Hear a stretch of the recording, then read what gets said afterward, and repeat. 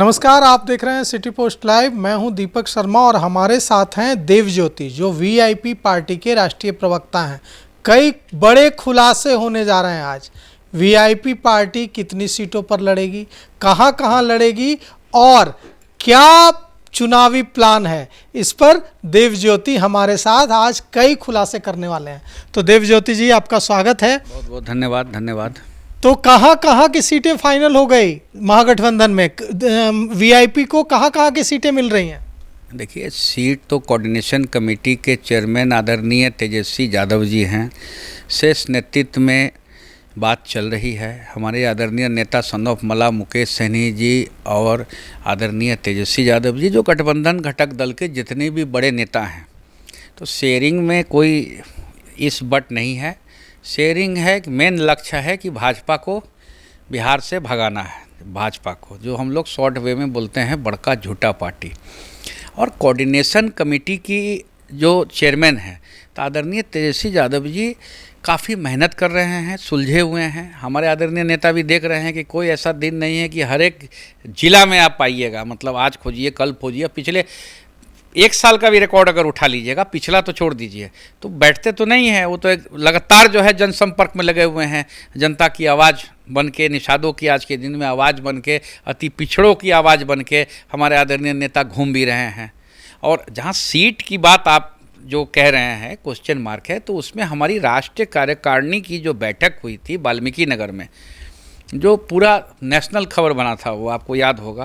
बिल्कुल, हम लोगों ने बहुत प्रमुखता से कवर किया। हम लोगों ने आदरणीय नेता सन ऑफ मला मुकेश सहनी जी, जो वीआईपी पार्टी के संस्थापक हैं, फाउंडर हैं, हमारे राष्ट्रीय कार्यकारिणी, हम पार्टी के एक सिपाही हैं, तो ऐसे राष्ट्रीय कार्यकारिणी के भी जितने सदस्य थे और हमारे प्रदेश कार्यकारिणी के भी जितने सदस्य थे, हम लोगों ने आदरणीय नेता सन ऑफ मला मुकेश सहनी जी को हम लोगों ने सुझाव दिया था और निवेदन किया था कि हमारा जो है आज 13% 14% का स्टेक होल्डर हम हैं बिहार की राजनीति में। जो जातीय जनगणना में नीतीश कुमार जी का जातीय जनगणना जो बिहार कराया, उसमें 9.65%, समझिए 10% हम लोग को दिखाया गया।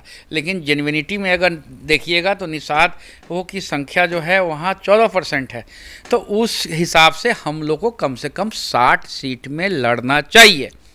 हाँ, आपकी केंद्रीय कार्यकारिणी ने प्रस्ताव भी पारित किया था, जिसका जिक्र आप कर रहे हैं, लेकिन 60 सीटें मिलती तो नहीं दिख रही हैं। कहा जा रहा है कि कोशिश है ऐसी महागठबंधन में जो जेएमएम आ रहा है, पशुपति पारस की पार्टी आ रही है, आपके पास स्पेस नहीं है महागठबंधन में। कहा जा रहा है कि 60 सीटें तो बहुत कम पर सल्टाया जा सकता है मुकेश सहनी को। नहीं, कम सीट और छोटा सीट जो है, अति पिछड़ा का बेटा और निषाद का बेटा है, तो कम सीट और ये सीट वाली तो बात कहीं से आ नहीं रही है।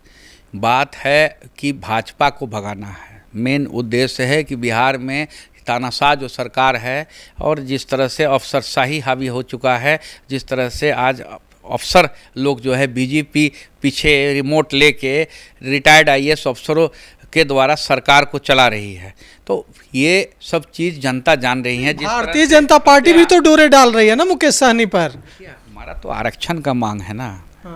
भारतीय जनता पार्टी, अगर पिछले बारी हम लोग आदरणीय तेजस्वी यादव जी के साथ हम लोग रह जाते महागठबंधन में और डिप्टी सीएम उस दिन अनाउंस हो गया रहता और सब कुछ ठीक ठाक हो गया रहता, तो आज बिहार का मुख्यमंत्री कौन होता? आदरणीय तेजस्वी यादव जी ना होते। उसमें तो कहा ना मुकेश सहनी ने कि पीठ में छुरा घोंप दिया, खंजर घोंप दिया, और यह कहकर प्रेस कॉन्फ्रेंस से उठ गए। क्या अब पीठ में छुरा नहीं घोंपा जाएगा? और क्या भारतीय जनता पार्टी से कोई ऑफर है वीआईपी को? ऐसा है कि वो क्या था नहीं था वो पिछला भूल जाइए। अभी एक अति पिछड़ा का बेटा और पिछड़ा का बेटा आराम से कंफर्टेबली बिहार की राजनीति में हड़कम किए हुए हैं। एक नया लकीर खींचा गया है। आप ध्यान दीजिएगा कि जिस तरह से भी सर्वे भी हो रहा है, ऐसा नहीं है कि हम लोग भी सर्वे नहीं कराते हैं, हम लोग भी सर्वे कराते हैं।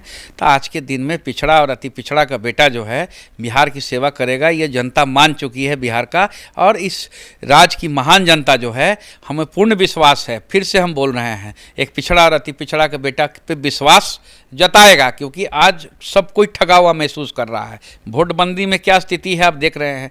नोटबंदी हुआ देश में, नोटबंदी से क्या फ़ायदा हुआ? आप भी एक अच्छे बड़े पत्रकारों में आपका भी नाम है। आप नोटबंदी से पहले जिस तरह से बच्चों का स्कूल का फीस, बिजली बिल, बिजली जो है हम लोग जिसको बोलते हैं खून चूसवा जो है, बिजली तो खून चूस रहा है। आप भी देखते होंगे कि अभी 500 डलवाइए, 3 दिन के बाद देखिएगा कि वो 399 रुपया हो जाएगा, 1 रुपया देखिएगा माइनस में है। आप टेंशन में आ जाइएगा कि 200 डाले कि 300 डाले कि 400 डाले। तो ये खून चूसवा जो है, ये इसको तो हम लोग 200 यूनिट फ्री देके जो है जनता को हम लोग राहत देंगे। हम लोग का लॉ एंड ऑर्डर की स्थिति, आज 6 महीना में 8 बड़े उद्योगपति, बड़े व्यापारी की हत्या हुई। इस 6 महीना का हम डेटा बोल रहे हैं। हम पिछला चले जाएंगे, इनका 20 साल का इतिहास खोद देंगे तो 20 साल के इतिहास में एनडीए और बीजेपी कहीं मुंह दिखाने लायक नहीं रहेगा। आज बेरोजगारी, आज रोजगार, नोटबंदी हुआ, नोटबंदी में क्या फ़ायदा हुआ? नोटबंदी में महंगाई बढ़ा कि नहीं बढ़ा? नहीं, नोटबंदी पर हम लोग चर्चा करेंगे, नहीं, लेकिन अभी जो सबसे बड़ा सवाल ये है देवज्योति जी, पहले आप हमारा ये जवाब नहीं, दीजिए। हम लोग, हम जनता आप के तहत आपसे हम बात कर रहे हैं। आप पत्रकार हैं, हम जनता हैं, हम उसके तहत आपसे बात कर रहे हैं। नोटबंदी के बाद महंगाई बढ़ा कि नहीं बढ़ा? देश का चरम सीमा में, जिस तरह से आलू का दाम, प्याज का दाम, नोटबंदी से पहले 60 रुपये डीजल था, आज 100 रुपये डीजल है। नहीं, एक आरक्षण को लेकर मेरा सवाल है कि मुकेश सहनी आपके नेता ने कहा कि अगर भारतीय जनता पार्टी यह ऐलान करे कि हम मल्लाहों को आरक्षण देंगे, हम निषादों को आरक्षण देंगे, तो हम जान देने के लिए तैयार हैं। और हमारे पास जो खबर है सूत्रों के हवाले से कि भारतीय जनता पार्टी चाहती है कि मुकेश सहनी फिर से एनडीए में आ जाए, और इसके लिए मुकेश सहनी को यह भी ऑफर दिया जा रहा है कि आप केंद्र में मंत्री बनिए। तो अगर निषादों को आरक्षण देने की स्थिति बनती है, वे ऐलान करते हैं, मुकेश सहनी को मंत्री बनाया जाता है, तो क्या आप जाएंगे एनडीए में? देखिए, मंत्री बनने के लिए हमारे आदरणीय नेता सन ऑफ मल्लाह मुकेश सहनी जी राजनीति में नहीं आए। ये लोगों ने देखा है। अगर मंत्री ही बनने का शौक़ था तो 2022 में जाके उत्तर प्रदेश में जोगी मुर्दाबाद और मोदी मुर्दाबाद हमारा पार्टी और हमारे आदरणीय नेता नहीं करते। वहाँ पे उनको गिरफ्तार किया गया, उनको डिटेन किया गया, बेइज्जत किया गया। हम लोग क्या चाहते थे? वहाँ जाके फूलन देवी जी का, दिवंगत बहन फूलन देवी जो हम लोग का आइकॉन है पार्टी का, हम लोग का सबसे बड़ा चेहरा है पार्टी में, फूलन देवी जी से बड़ा चेहरा कोई नहीं है। वो चेहरा को हम लोग वहाँ पे एक मूर्ति लगाना चाहते थे। वो मूर्ति लगाने के लिए उत्तर प्रदेश में यूपी शासन ने, योगी आदित्यनाथ जी का शासन ने हम लोग को नहीं दिया। हम लोग को वहाँ गिरफ्तार किया गया, हम लोग को बेइज्जत किया गया, वहाँ लाठी से पुलिस मारी हम लोग को। चलिए ठीक है, 22 में हम चुनाव भी लड़ते हैं जाके, और वहाँ 7 सीट बीजेपी को लूज भी हुआ है वीआईपी के लड़ने से, और हम लोग 54 सीट में लड़े थे। 17 सीट में कांग्रेस से ज़्यादा हम लोगों ने वोट लाया था, कांग्रेस पार्टी से ज़्यादा वोट था हमको 17 सीट में। उत्तर प्रदेश का चुनाव में बोल रहे हैं, बिहार नहीं, यूपी में। तो बहुत कम समय में इतनी लोकप्रियता, आदरणीय नेता सन ऑफ मल्लाह मुकेश सहनी जी को इतना लोग जो है ट्रस्ट किया, विश्वास किया, वोट भी हमको अच्छा आया। जदयू भी तो चुनाव लड़ी थी वहाँ पर, जदयू हम लोग के साथ लड़ी थी। आज जदयू के साथ हम अलायंस कर लिए थे, जहाँ जदयू का कैंडिडेट था वहाँ हम लोगों ने जदयू को सपोर्ट कर दिया था। अब रह गई आरक्षण की बात। तो आरक्षण लोकसभा के समय में भी 2 seat, 1 council Bharatiya Janata party देने के लिए तैयार थी वीआईपी को, और भारत सरकार का मंत्री भी कमिटमेंट कर रही थी, लेकिन आरक्षण पे चू बोलने के लिए तैयार नहीं थी। निषाद आरक्षण दिल्ली में, बंगाल में, उड़ीसा में आरक्षण निषादों को दिया जा रहा है। ऐसा कौन गुनाह किया है? उत्तर प्रदेश, बिहार, आज झारखंड का जो निषाद समाज के लोग हैं उसको मुख्य धारा से अलग किया जा रहा है। 1912 में बिहार अलग हुआ बंगाल से। बंगाल तो में निषादों को आरक्षण मिलेगा तो अब जाइएगा बीजेपी के साथ? हमारा जितना निषाद समाज है वो लोग खुद ही चला जाएगा। वो तुम्हें जाना नहीं जाना क्या है? मतलब अगर भारतीय जनता पार्टी देती है आरक्षण तो आप जाएंगे? आरक्षण अगर केंद्र दे दिया बिहार में, उत्तर प्रदेश में, झारखंड में, तो आपको लगता है क्या कि जितने निषाद समाज के हमारे बहन भाई बंधु जितने भी लोग हैं वो सारे लोग चले जाएंगे बीजेपी के साथ? एक बड़ा सवाल है बिहार में कि निषादों की, मल्लाहों की जो लड़ाई है घाटों को लेकर, वो यादवों के साथ रहती है। तो जब मुकेश सहनी एनडीए में होते हैं तो पूरा मल्लाह वोट उनके साथ एकजुट एनडीए के साथ रहता है, लेकिन जब वे एनडीए का साथ छोड़कर दूसरी तरफ जाते हैं तो मल्लाहों में कन्फ्यूजन होता है, क्योंकि यादवों के साथ कई जिलों में उनकी लड़ाई है, तो इसे आप कैसे जोड़ेंगे? यादव वर्सेस मल्लाह कई जगह है। एगो दो तरह का दवाई चलता है मार्केट में। एगो होता है प्रोपोगंडा कम सेल, लिखा रहेगा कि मैन्युफैक्चरिंग इन नवी बॉम्बे, और उसमें डॉक्टर साहब लिखते हैं गांव देहात में जाइएगा। सब डॉक्टर के बारे में हम नहीं बोलेंगे, ईमानदार डॉक्टर भी हैं, तो उसमें डॉक्टर को बहुत हेवी कमीशन मिलता है, 50% से ज़्यादा, 60% से ज़्यादा। तो प्रोपोगंडा कम सेल वाला जो बात है, आज बोचाहा में हम चुनाव लड़े बिना बैसाखी का, वीआईपी लड़ी। हम आदरणीय नेता सन ऑफ मला मुकेश सहनी जी का खाली फ़ोटो दिखा के हम वहाँ 30,000 वोट ले आए। हम सिमरी बख्तियारपुर में हमारी पार्टी लड़ी, हम 26,000 वोट ले आए। हम कुढ़नी में चुनाव लड़े, जो एक निषाद समाज का, अति पिछड़ा का समाज का नहीं, वहाँ साधु सरन शाही एक फ्रीडम फाइटर का खून को हम लोगों ने टिकट दिया, नीलाभ कुमार शाही को, वहाँ हम 11,000 वोट ले आए। तो कहाँ, ये सब तो कुछ कन्फ्यूजन की बात होनी नहीं चाहिए। ये सब प्रोपोगंडा किया जाता है कि किस तरह से ये सब बीजेपी का ये सब प्रोपोगंडा है कि आप मेरे साथ रहिएगा तो मेरा वोट रहेगा, आप वहाँ रहिएगा तो आपका वोट कट जाएगा। तो वोट कट जाएगा हमारा, हम ये नहीं कह रहे हैं कि हमारा एक असेंबली में 1 लाख वोट है, लेकिन 3,000, 4,000 और 5,000 से हार जीत होती है असेंबली में। पिछला भी इतिहास उठा के देख लीजिएगा।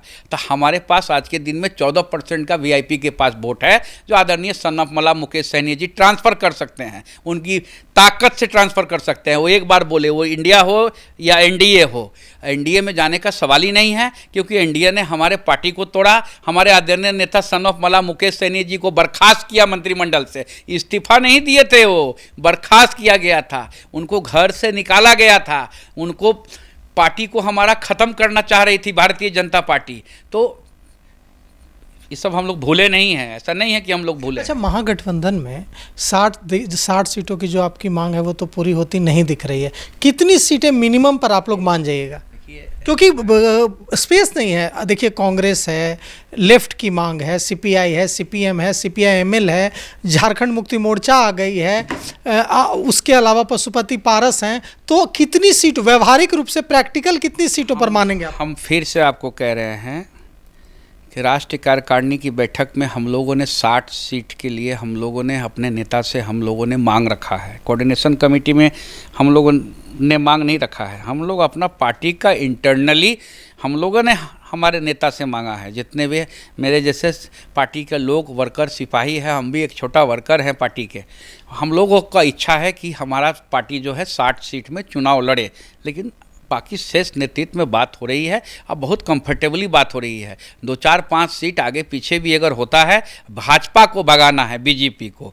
कमर सम्मान नहीं मिलेगा तो क्या करेंगे फिर? अगर सम्मानजनक सीटें नहीं मिलेंगी तो क्या कीजिएगा? कैसे सम्मानजनक सीट नहीं मिलेगी? आप बताइए, ताकत आपका स्टेक होल्डर है, कोई जाता है तो जिसका स्टेक बड़ा रहता है, हम लोग तो पुरवन है ना जी, हम लोग को तो दिखाना नहीं ना है कि हम अलायंस करके हम आपके साथ जीते या हारे। हम लोग थोड़ी ना, हमारे पार्टी का जो बीजेपी है कि हमारे पार्टी से इंपोर्ट करके जो है ले जाके मंत्री बना रहा है।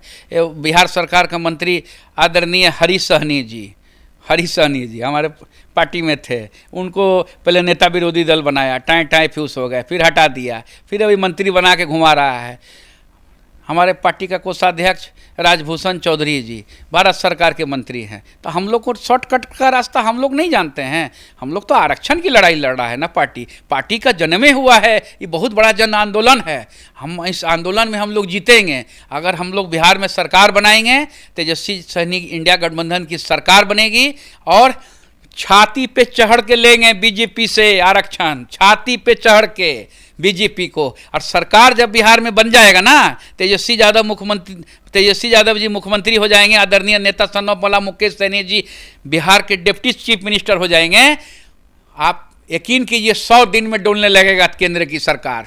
बैसाखी की सरकार है, 400 पार नहीं हुआ, जनता ने 400 पार नहीं किया बीजेपी को। इस बार जो है तेजस्वी सहनी की सरकार बनना तय है, जनता का आशीर्वाद है।